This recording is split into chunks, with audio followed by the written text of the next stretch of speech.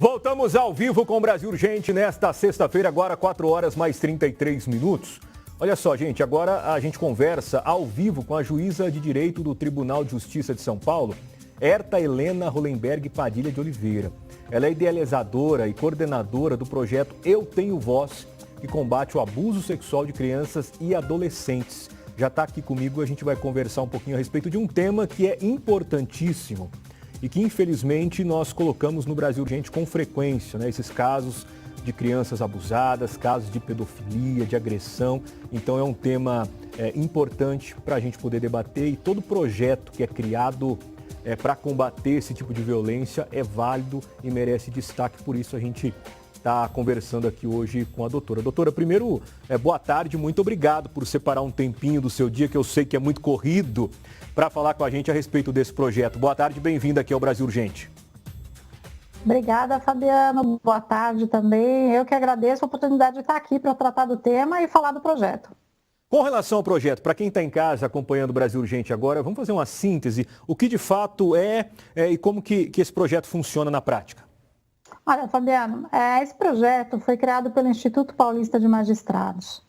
É um instituto sem finalidade lucrativa que foi fundado por juízes de primeiro grau aqui de São Paulo e que hoje já congrega juízes, desembargadores e profissionais de direito de todas as áreas. Nós tínhamos uma angústia muito grande com relação à questão do abuso sexual, porque essa é uma questão que permeia a vida do juiz na sua carreira o tempo todo. A gente tem contato quase que diariamente com questões que envolvem, dependendo da área, né, em que se atua, e é um sofrimento muito grande, porque até essas questões chegarem até o judiciário para existir algum tipo de intervenção, essas crianças já sofreram por muito tempo. Então, nós tivemos a ideia de fazer uma intervenção, criar um projeto em que o juiz fosse até a escola para conversar com as crianças sobre a questão do abuso sexual. Só que a gente tem uma dificuldade grande, né, de linguagem, a nossa linguagem é muito técnica, né? Às vezes nem os adultos entendem o que a gente fala, então, e o tema também é muito delicado, a abordagem não é fácil. Aí nós idealizamos fazer essa abordagem por intermédio de uma peça de teatro. Então nós exibimos na escola a peça de teatro Marcas de Infância, da Cia Narrar. Essa peça ela conta 3 histórias, né, 3 narrativas, uma de violência física, uma de violência sexual contra a menina e uma de violência sexual contra menino. E durante a apresentação estão presentes os voluntários do projeto, que são os juízes, procuradores de justiça, promotores, advogados, então mas sempre tem um magistrado que acompanha. E aí no final dessa apresentação, o juiz conversa com a plateia, né, com as crianças, explica como se faz para sair de uma situação de violência e se coloca à disposição para permanecer na escola ali e conversar com quem quiser a respeito do que quiser. Não só da questão do abuso, até porque senão quem levanta e pede para falar já fica marcado, as outras crianças podem achar que é por causa que está sendo abusado e nem sempre é isso que está acontecendo. Então a gente se coloca à disposição para conversar. E aí a gente fica conversando com as crianças e recebe denúncias todas as vezes que a gente vai na escola. Doutora, recentemente, há poucos dias, inclusive, esse projeto esteve aqui em escolas de São José do Rio Preto. Acredito que a senhora também esteve presente. Muitas crianças, né, assistiram esse espetáculo e a senhora deve ter ouvido o depoimento também de muitas delas. Tivemos também casos, então, de crianças que relataram algum tipo de crime ou até mesmo de bullying? Com certeza. Na verdade, nós fomos a São José do Rio Preto por convite da Vara da Infância e Juventude, do Dr. Evandro Pellarin, que é um juiz extremamente atuante na área. E foi a primeira vez que nós fomos a uma cidade a convite da Vara da Infância. E foi uma experiência muito feliz, porque todos os técnicos, né, da Vara da Infância, a psicóloga que acompanhou, participaram da acolhida dessas crianças.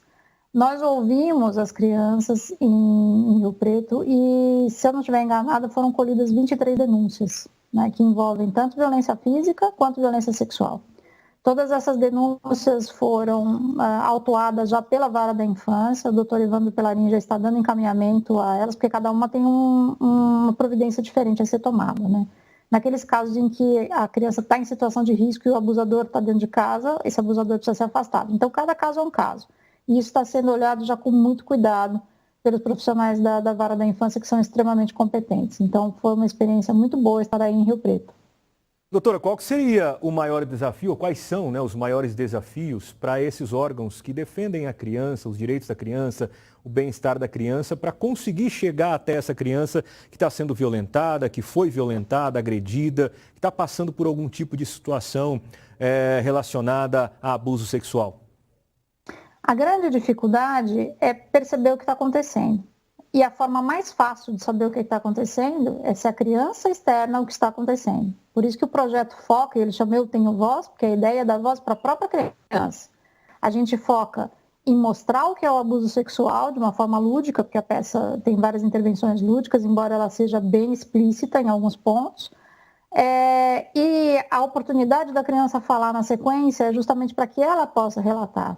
Porque o abuso sexual ele se prolonga por tanto tempo, porque normalmente a vítima não consegue falar. Ela tem vergonha, ela tem medo, ela acha que se ela falar ninguém vai acreditar, ela pode ser ameaçada pelo abusador. E por outro lado, pelo lado do abusador, ele não vai parar sozinho. Quem abusa de criança, né, o criminoso sexual que tem como vítimas preferenciais crianças, ele vai abusar de criança toda vez que ele tiver oportunidade. Então não é um crime que vai parar sem uma intervenção. A nossa ideia era justamente chegar até as crianças para chegar pela forma mais fácil, que é a própria criança falar. Agora, muitas vezes, todas as pessoas que estão no entorno e no convívio da criança podem perceber sintomas, indícios e denunciar se percebem que tem alguma coisa estranha que está acontecendo e que pode indicar alguma alteração no comportamento da criança. A senhora citou pois não. Desculpe. Pode a completar. escola, a nossa opção é ir até as escolas, porque a escola em si é um espaço privilegiado. A escola é um reduto de segurança para as crianças, onde eles têm os seus amigos, seus professores em quem eles confiam, e a gente consegue criar um espaço de segurança para que elas tenham coragem de falar. Então, acho que nesse ponto foi uma junção bem feliz, né? A educação e o projeto. Doutora, a gente, infelizmente, tem pouco tempo aqui no programa e é um assunto que se a gente for conversar aqui, a gente passa horas e a gente vai falar de coisas diferentes o tempo todo. Mas, para a gente finalizar o nosso bate-papo aqui, doutora, qual que é a mensagem que a senhora deixa para quem está acompanhando o Brasil Urgente, né? A gente tem aqui um pai acompanhando, tem uma mãe, tem um avô, tem um tio, tem um parente, tem alguém que tem uma criança próxima acompanhando a gente. Qual que é a mensagem que fica? A mensagem é a seguinte: primeiro, proteger as crianças é uma obrigação da família, da coletividade e do Estado. Portanto, todo mundo está obrigado a cuidar das crianças que estão no nosso entorno. A criança que está passando por algum tipo de violência, seja sexual, seja física, ela vai dar sinais. Ela muda o comportamento. Se ela é uma criança quieta, ela passa a ser agressiva. Se é uma criança que era alegre, extrovertida, ela fica quietinha, para de conversar, não quer frequentar mais certos locais. Tudo isso são sinais que podem ser observados. No caso da violência física, marcas físicas, mas no caso da violência sexual, uma atividade sexual precoce da criança, às vezes dificuldade para reter urina, para reter as fezes, baixo desempenho escolar e, nos casos mais críticos, a autolesão e às vezes até a tentativa de suicídio. O que é importante saber? É da nossa responsabilidade proteger todas as crianças que estão no nosso entorno. Se você desconfia que alguma coisa está errada, está acontecendo alguma coisa com alguma criança que você conhece, mesmo que seja o seu vizinho, faça uma denúncia. Faça uma denúncia, ainda que seja uma denúncia anônima. Porque se diz que 100 é o telefone ideal para se fazer essa denúncia. Porque se amanhã ou depois ficar configurado que não tem nada de ruim que está acontecendo, ótimo, que bom. Mas se for o caso de uma violência real, como você supõe que seja, você salvou a vida de uma criança. Doutora, muito obrigado por ceder uma parte do seu dia para falar com a gente aqui. Muito sucesso nesse projeto, que ele atinja aí muitas escolas aqui no nosso estado. Parabéns pela iniciativa, um bom trabalho para a senhora e um bom final de semana. Obrigado, viu? Eu que agradeço. Valeu, obrigado. Então tá aí, gente, um projeto importante, é um tema aí que a gente tem que debater o tempo todo. Diz que senha, a Nathalie colocou aqui pra gente, é o Disque Denúncia. Discou, faz a sua denúncia, não tem que se identificar, como a doutora disse. Pode ser que não seja nada, mas se for, você vai estar ajudando a salvar a vida dessa criança, tirar essa criança de um ambiente ali degradante, um ambiente onde ela está sofrendo abuso, sendo agredida. Então você tem essa obrigação, nós temos essa obrigação de proteger as crianças.